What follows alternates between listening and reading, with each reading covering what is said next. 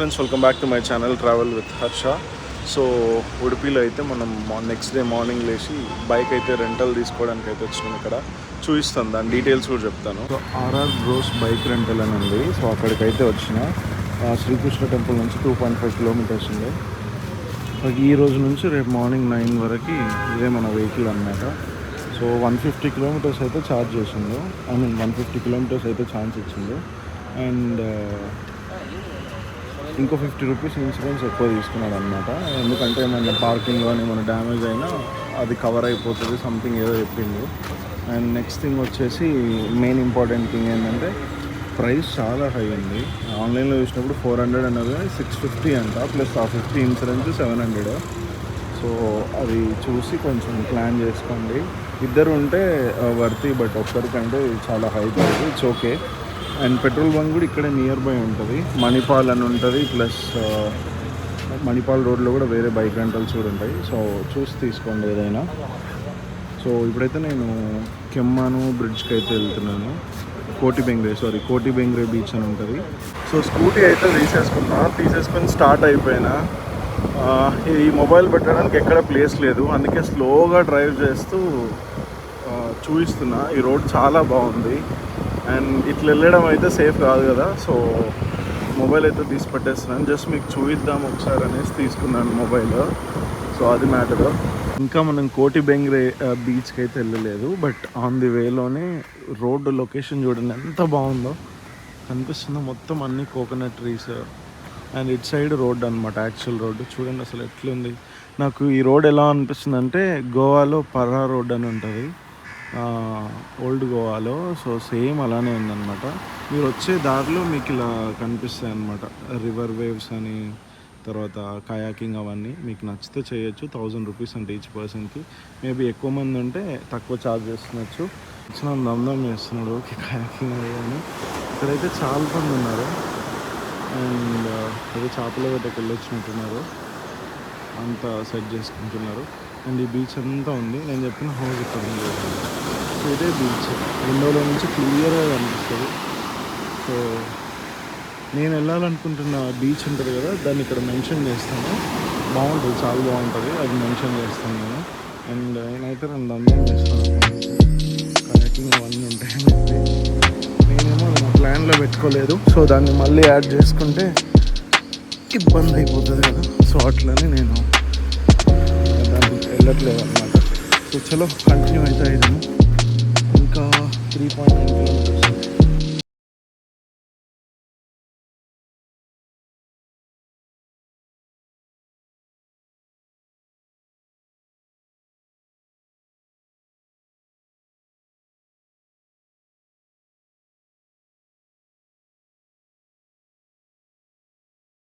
So ఇంతసేపు చాలా నార్మల్గా ఉండే, బట్ ఇప్పుడైతే ఫుల్ వేడిగా ఉంది.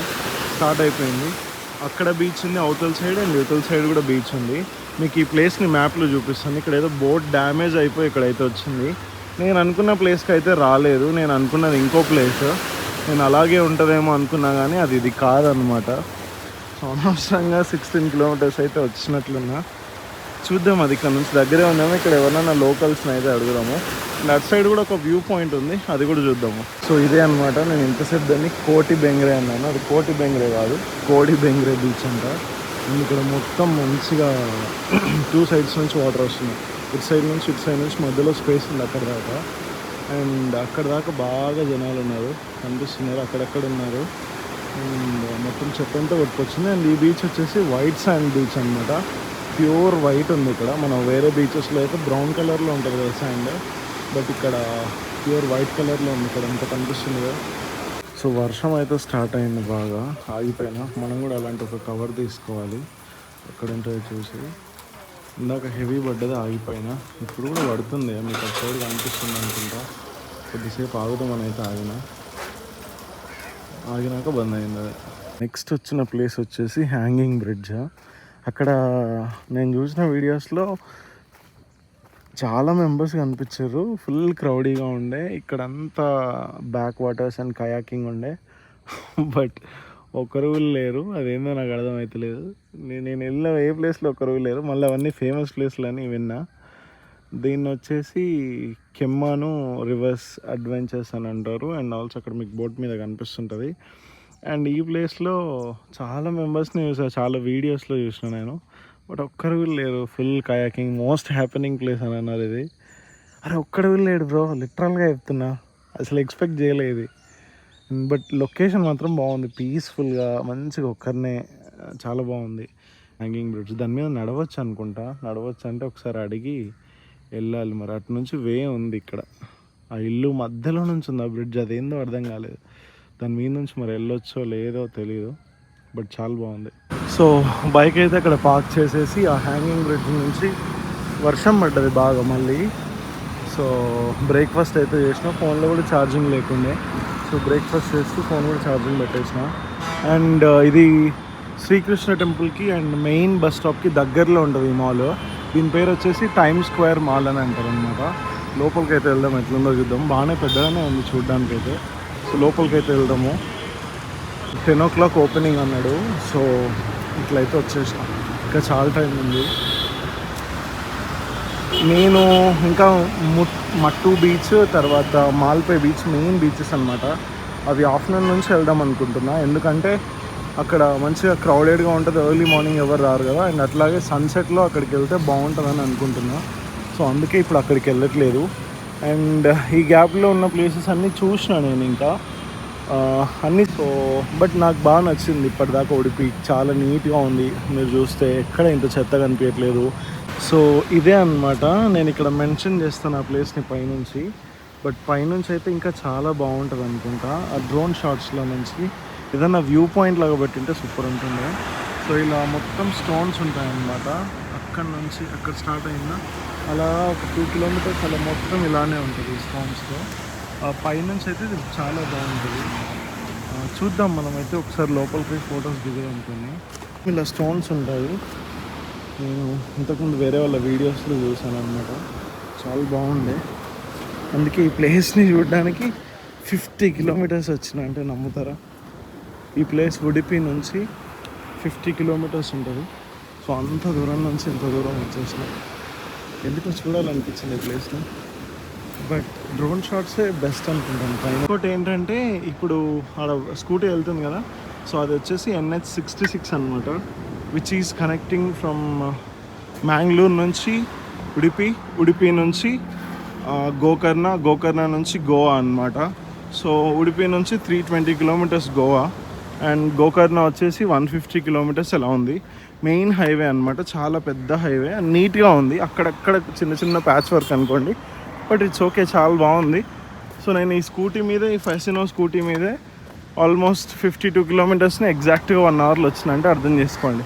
మధ్యలో చిన్న 2 breaks తీసుకున్నాను, ఫోన్ మ్యాప్స్ పెట్టడానికి, అండ్ సెకండ్ వచ్చేసి ఫ్యూల్ బ్రేక్ అలా ఒక 5 minutes అలా తీసుకున్నాను. సో మంచి హైవే. సో ఈ హైవేలో ప్లాన్ చేసుకోండి, మ్యాంగ్లూర్, ఉడిపి, గోకర్ణ, మురుదేశ్వర్, గోవా, ముంబై. సో చాలా బాగుంది కోస్టల్ ఏరియా. స్కూటీ అయితే అక్కడ పెట్టేసి ఇక్కడ వచ్చేసిన. లైఫ్ ఇక్కడ కూడా చాలా ఎక్కువ వస్తున్నాయి, చాలా డేంజర్ అంట ఈ బీచ్లో. సో బట్ మనం వాటర్లోకి అయితే ఏం వెళ్ళట్లేదు. ఎనీవేస్ ఇక్కడ చూద్దామని అయితే వచ్చేసినాం కొంచెం. సో మీకు అర్థమైంది అనుకుంటా ఎలా ఉంటుందో ప్లేస్ అంతా. సో మొత్తం మధ్యలో స్టోన్స్ స్టాప్ చేస్తాయి, అండ్ చుట్టుముట్టు వాటర్ వస్తుంటాయి అన్నమాట. అలా 1 kilometer మొత్తం అలానే ఉంటుంది. సో ఇదన్నమాట మనం వీల్స్. ఇదేమో ఫిష్ ఒకటి తవా ఫ్రై అంట, గొర్రెని మార్చి పడేసింది. అండ్ నెక్స్ట్ ఇదేమో ఈ రైస్ చూడండి ఒకసారి ఎంత లాగుందో. ఇది కేరళ స్టైల్ రైస్ అన్నమాట. అండ్ ఇదేమో మన టైప్ ఆఫ్ రైస్. 2 ఉన్నాయి. నేను మీకు ఒకసారి చూద్దామని అయితే ఈ రైస్ తీసుకున్నాను. అండ్ ఇదేమో రొయ్య పొట్టు వేపుడు, అదేమో మ్యాంగో పికిల్ అనమాట. ఇది మన మీల్స్. ఇంకో ఫిష్ కర్రీ కూడా ఇచ్చినారు, ఏమో చూడాలి.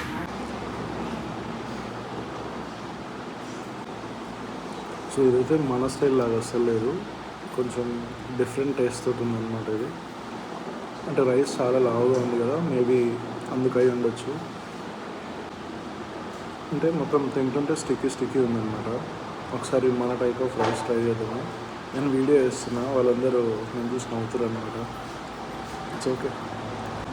ఇప్పుడు ఇదేమో మన స్టైల్ రైస్ అనమాట.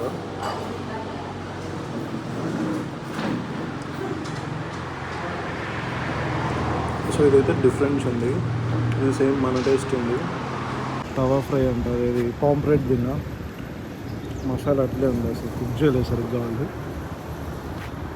ఓకే ఓకే బాగుంది. ఇక్కడ నుంచి నేను మాల్పే బీచ్కి అయితే వెళ్తున్నా. అది ఇక్కడ నుంచి 48 ఉంది. సో ఆ బీచ్ నుంచి ఆ బీచ్కి అరౌండ్ 51-52 కిలోమీటర్స్ అట్లుంది. సో ఇంతటితో ఈ బ్లాగ్ని అయితే ఎండ్ చేస్తున్నా. Malpe beach is most happening beach అనమాట. సో అక్కడ నుంచి కవర్ చేస్తాం. So that's all for the blog. See you in my next blog. Bye by.